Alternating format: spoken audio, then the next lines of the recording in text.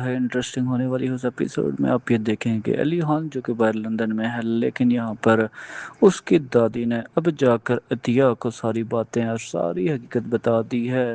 کہ علی جو کہ آپ کے پاس آتا ہے، علی خان وہ کوئی اور نہیں بلکہ خان گروپ آف کمپنیز کا مالک ہے۔ یہ سننے کے بعد عطیہ کے پاؤں کے نیچے سے جیسے زمین ہی نکل گئی ہو، اور عطیہ کو یقین ہی نہیں آ رہا کہ یہ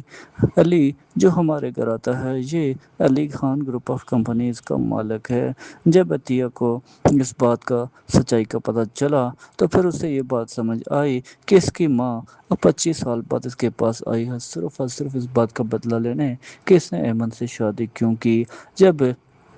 عطیہ احمد کے ساتھ بھاگ گئی تھی تو وہاں پر عطیہ کی ماں نے اب اس کے گھر میں اس کا داخلہ یعنی کہ بے دخل کر دیا تھا، اور اسے بول دیا تھا کہ وہ آج کے بعد اس کی شکل بھی نہیں دکھائے گی۔ اب 25 سال بعد جب آمنے سامنے ہوئے تو وہاں پر عطیہ کو تو پہلے یقین ہی نہیں آ رہا تھا کہ یہ اس کی ماں اس کے پاس آئی ہے، اور جب اس نے ساری حقیقت بتائی ہے کہ وہ کیوں آئی ہے تو عطیہ نے بھی آگے سے انکار کر دیا کہ وہ ہمارے بیٹوں کو اس کے بیچ میں نہ لائے۔ اب عطیہ جب میرال گھر آئے گی تو وہاں پر عطیہ اسے بتائے گی کہ بیٹا تم علی خان کے زیادہ قریب نہ جاؤ کیونکہ وہ ہمارا کچھ لگتا ہی نہیں ہے، اور اس سے ہمارا کوئی رشتہ ہی نہیں ہے۔ کیونکہ عطیہ اسے ساری حقیقت بتانا نہیں چاہتی تھی کہ وہ نہیں چاہتی تھی کہ اسے کوئی بڑا صدمہ ملے، اور عطیہ نے صرف اسے اتنا بتایا کہ تم اگر اس سے دور رہو گی تو مجھے بھی سکون رہے گا، کیونکہ ڈاکٹر نے مجھے ٹینشن لینے سے منع کیا ہوا ہے۔ یہ سننے کے بعد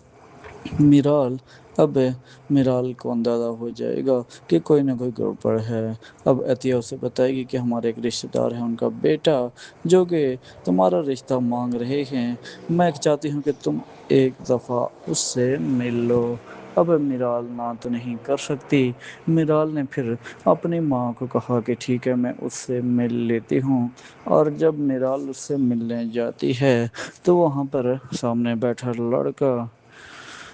اب میرال اس سے مل تو لیتی ہے لیکن اس لڑکے میں اسے اب علی خان ہی نظر آتا ہے۔ اب میرال جو کہ شادی سے انکار بھی نہیں کر سکتی کیونکہ اس کے پاس صرف ماں ہی ہے، اب وہ اسے کھونا نہیں چاہتی، باپ تو پہلے ہی اس دنیا سے رخصت ہو چکا ہے۔ اب میرال واپس آ کر اپنی ماں کو بولے گی کہ مجھے لڑکا پسند ہے تو ٹھیک ہے میں اس سے شادی کرنا چاہتی ہوں۔ اب جب میرال اپنا فیصلہ سنا دے گی تو وہاں پر شادی کی تیاریاں بھی شروع ہو جائیں گی، اور اتنے میں علی خان کے پاس بھی یہ نیوز پہنچ جائے گی کہ میرال کی شادی کسی اور سے ہونے والی ہے۔ اب میرال اپنی دادی کو کال کر کے بولے گا کہ دادی کیا جو باتیں میں نے سنی ہیں کیا یہ سچ ہے؟ اب اس کی دادی اسے بولے گی کہ بیٹا بہت دیر ہو چکی ہے، اب کچھ نہیں ہو سکتا،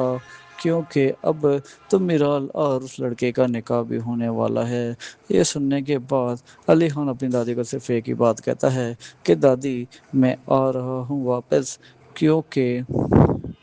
میں اپنا پیار کسی اور کو نہیں دے سکتا اور نہ کسی اور کے ساتھ دیکھ سکتا ہوں۔ یہ سننے کے بعد دادی بھی پریشان ہوتی ہے کہ نہ جانے اب علی خان آ کر یہاں پر کیا